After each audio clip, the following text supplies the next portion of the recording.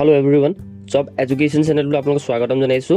ইতিমধ্যে Assam cooperative apex বেংকৰ বহুতখিনি ইনফৰমেশ্যন আপোনালোকৰ আগত দাঙি ধৰিম আৰু এইখিনি সম্পূৰ্ণৰূপে আপোনালোকে ভালকৈ বুজি পাব কাৰণ ইয়াতে নিগেটিভ মাৰ্ক থাকে নে নাথাকে, সিলেকশ্যন প্ৰচেছবিলাক কি হয়, এক্সাম চেণ্টাৰবিলাক আমাৰ ডিষ্ট্ৰিক্টত হ'বনে, সকলোখিনি মই সঠিক তথ্য দিম আপোনালোকে জানিব পাৰিব। আৰু এক্সাম ডেটটো 1 মান্থ অৰ্থাৎ যেহেতু আমি 2022 যিটো নটিফিকেশ্যন আছিলে তাত আমি সকলোখিনি চাইছিলোঁ, এমাহৰ ভিতৰতে কিন্তু এক্সামটো অনুষ্ঠিত কৰিছিলে।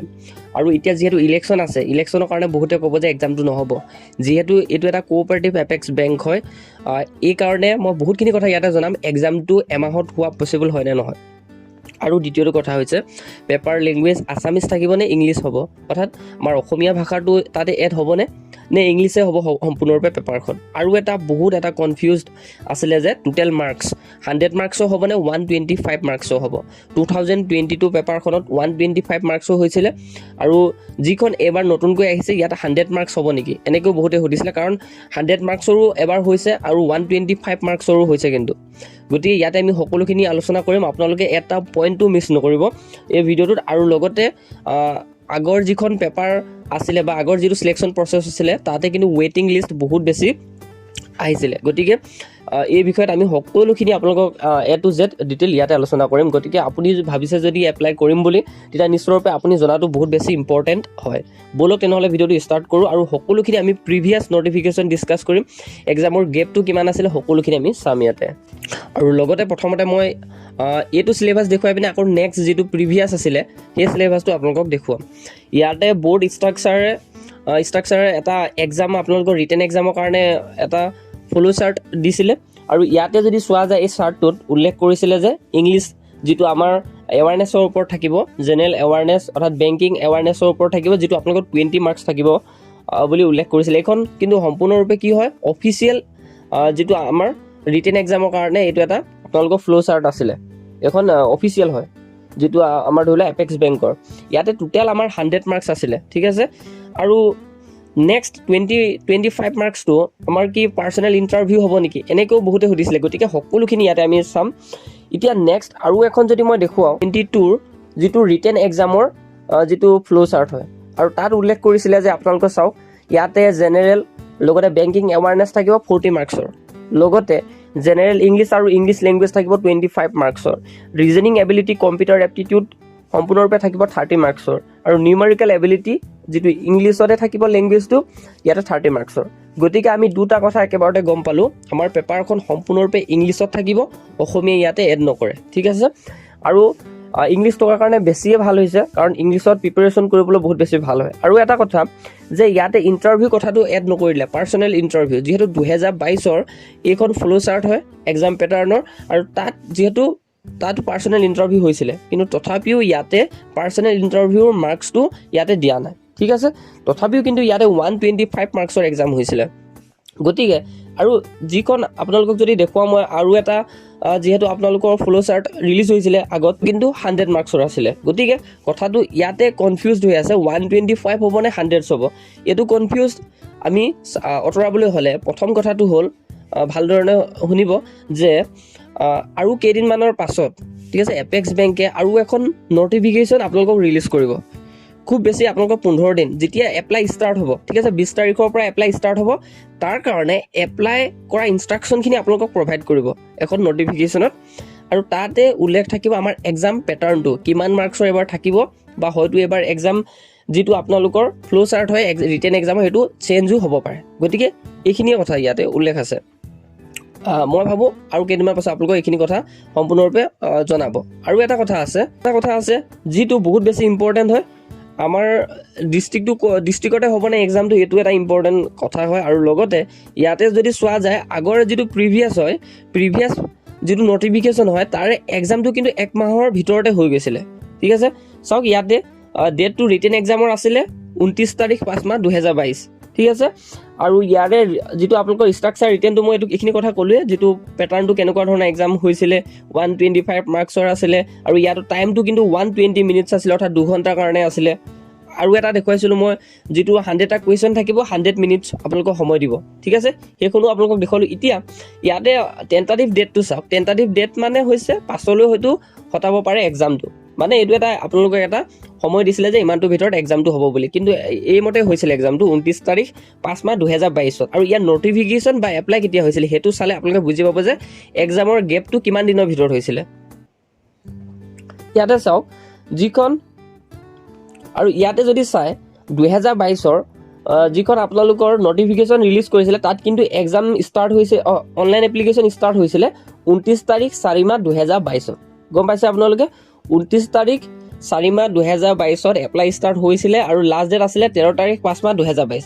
এতিয়া যদি আমি চাওঁ 29 তাৰিখ 4 মাহ 2022 এপ্লিকেশ্যন যদি ষ্টাৰ্ট হয়, নেক্সট এক্সামটো ষ্টাৰ্ট হৈছিলে কিমানত 29 তাৰিখ 5 মাহ 2022, অৰ্থাৎ সম্পূৰ্ণ গেপটো আছে এমাহৰ ভিতৰতে।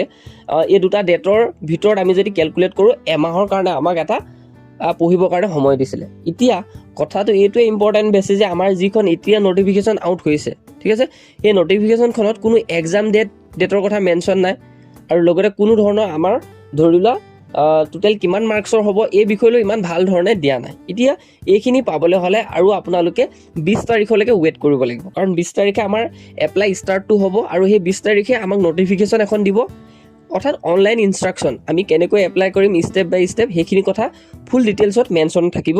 আৰু তাতে আমাৰ কি থাকিব যে কিমান মাৰ্কছৰ এক্সামটো হ'ব আৰু লগতে পাৰ্চনেল ইণ্টাৰভিউত কিমান মাৰ্কছ থাকিব এইখিনিও আপোনালোকক জনাব। আৰু ইয়াতে এটা বেছি ভাল কথা যে কম্পিউটাৰ টেষ্ট নাথাকে, গতিকে ইয়াতে আপোনালোকৰ পাৰ্চনেল ইণ্টাৰভিউ থাকিব। আৰু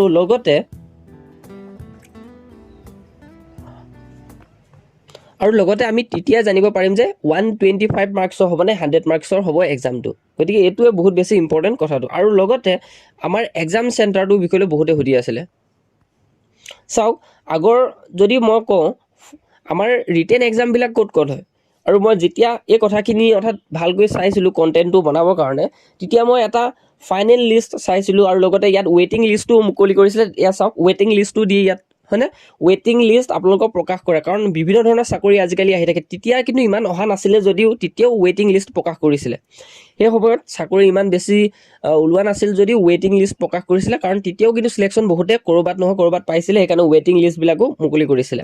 অৰ্থাৎ এই এক্সামটোত আমাৰ যিটো এবাৰ 2024 হ'ব ইয়াতো কিন্তু ৱেইটিং লিষ্ট প্ৰকাশ কৰিব। আপোনালোকে ওপৰত দেখিছে ৱেইটিং list in order of merit for the post of assistant, অৰ্থাৎ মই যিহেতু এপেক্স বেংকৰ এছিষ্টেণ্ট পষ্টখিনিৰ কাৰণে এইখিনি কথা কৈ আছোঁ, ইয়াত কোনো বেলেগ পষ্ট নহয়, কিন্তু সেইকাৰণে আপোনালোকক সকলোখিনি চিমিলাৰ ইয়াতে কৰিব পাৰিছোঁ। আৰু এটা কথা ইয়াত যেতিয়া চাইছিলোঁ ফাইনেল চিলেকশ্যনত তাতে চেণ্টাৰ অফ ৰিটেন এক্সাম ইয়াতে আপোনালোকে দেখিছেনে চেণ্টাৰ অফ ৰিটেন এক্সাম বুলি ইয়াতে আছিলে তিনিচুকীয়া, গুৱাহাটী, যোৰহাট আৰু লগতে বঙাইগাঁও, অৰ্থাৎ নিজৰ ডিষ্ট্ৰিক্টবিলাকে বহুত বেছি আছিলে। তাৰে ভিতৰত মই সৰু এটা এক্সাম্পল দিবৰ কাৰণে গুৱাহাটী, যোৰহাট এনেধৰণে তেজপুৰ এনেধৰণে দেখুৱালোঁ। গতিকে আমাৰ ৰিটেন এক্সামটো ক'ত হ'ব, আমাৰ নিজৰ ডিষ্ট্ৰিক্টতে হ'ব। এইটো কথা আমাৰ কনফিউজ আঁতৰি গৈছে, ঠিক আছে। গতিকে প্ৰথমটো কথা হ'ল আমি গম পালোঁ যে আমাৰ এক্সামৰ টাইম পিৰিয়ডটো কিমান মাহৰ ভিতৰতে এক্সামটো হয়, এমাহৰ ভিতৰত পচিবল হয়, এইটো কথা গম পালে। ৰিক্ৰুইটমেণ্ট বডিটো বহুত বেছি ফাষ্ট হয় যিহেতু বেংক লেভেলৰ হয় আৰু কোঅপাৰেটিভ এপেক্স বেংক হয়, সেইকাৰণে এক্সাম পেটাৰ্ণটো বহুত বেছি ফাষ্ট হয়, কোনো ধৰণৰ ইলেকশ্যনৰ ওপৰত ডিপেণ্ডেণ্ট নহয়, সেইটো কথা আমি গম পালোঁ। লগতে আৰু কোনোবাই ক'ব যে তেতিয়া ইলেকশ্যনটো হোৱা নাছিলে সেইকাৰণে পাতিব পাৰিছিলে।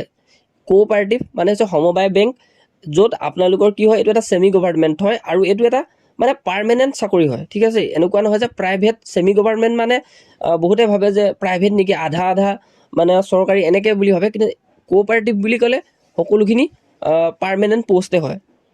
সকলোখিনি ইয়াতে মই ডিছকাছ কৰিছোঁ, যিহেতু আমাৰ ঘৰতে কোঅপাৰেটিভত ছেক্ৰেটাৰী হিচাপে আমাৰ ফাদাৰে চাকৰি কৰিছিলে, তেতিয়া মই এইখিনি কথা আপোনালোকক ভালকৈ ক'ব পাৰিছোঁ। আৰু লগতে ইয়াতে যদি চোৱা যায় আমাৰ পেপাৰটো গম পালোৱে, আছামিছত নহয় ইংলিছতে হ'ব, ৱেইটিং লিষ্টটো থাকিব। আৰু কাট অফ বুলি ক'লে এটা বহুত বেছি কনফিউজ টপিক হয় কাট অফ বুলি ক'লে। গতিকে এতিয়া আমি টোটেল মাৰ্কছটোৱে জনা নাই 120 মাৰ্কছৰ হ'বনে নে 125 মাৰ্কছৰ হ'বনে নে 100 মাৰ্কছৰ হ'ব কাট অফটো, আমি সেইটো এতিয়ালৈকে কনফিউজ হৈ আছোঁ। যেতিয়া আমাৰ যিহেতু 20 তাৰিখে সকলোখিনি মই ভবা মতে 20 তাৰিখে আপোনালোকৰ সকলোখিনি নটিফিকেশ্যনত প্ৰকাশ কৰিব আই থিংক। আৰু লগতে এটা কথা তেতিয়া আমি কাট অফটোৰ কথা ডিছকাছ কৰিব পাৰিম। প্ৰিভিয়াছ যিটো কাট অফ হয় এইটো ক'তো ভালকৈ এভেইলেবল নাই আৰু লগতে পেপাৰখনো পোৱাটো বহুত বেছি অসুবিধা হয় কোঅপাৰেটিভ এপেক্স বেংকৰ। গতিকে আপোনালোকে যদি প্ৰিভিয়াছ পেপাৰখনৰ বিষয় লৈ অলপ যিটো পেটাৰ্ণ ফ'ল' কৰিছিলে সেইখিনি যদি জানিব বিচাৰে আমাৰ লগত জইন হ'ব পাৰে। বহুতখিনি কথা আপোনালোকে জানিব ক'ৰ পৰা আগতে পেপাৰবিলাকত কুৱেশ্যনবিলাক কাটিছিলে, এইখিনি কথা বহুত বেছি জানিব পাৰিব। আৰু লগতে ইমানখিনি ইনফৰমেশ্যন দিলোঁ এটা সঠিক হিচাপে আপোনালোকে গম পাইছে বহুতখিনি কথা ইয়াতে জানিব পাৰিলে। এক্সাম চেণ্টাৰবিলাক ক'ত হ'ব গম পালে, আৰু ৰিটেন এক্সামটো এমাহৰ ভিতৰতে হোৱাটো বহুত বেছি পচিবল থাকে।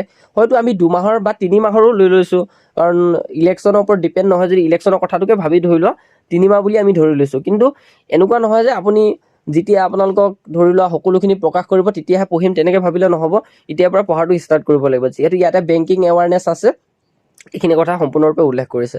গতিকে আৰু যদি কিবা থাকি গৈছে আপোনালোকে নিশ্চয়ৰূপে ডেছক্ৰিপশ্যনত কমেণ্ট ছেকশ্যনত জনাব, সকলোখিনি কথা মই জনাবলৈ চেষ্টা কৰিম।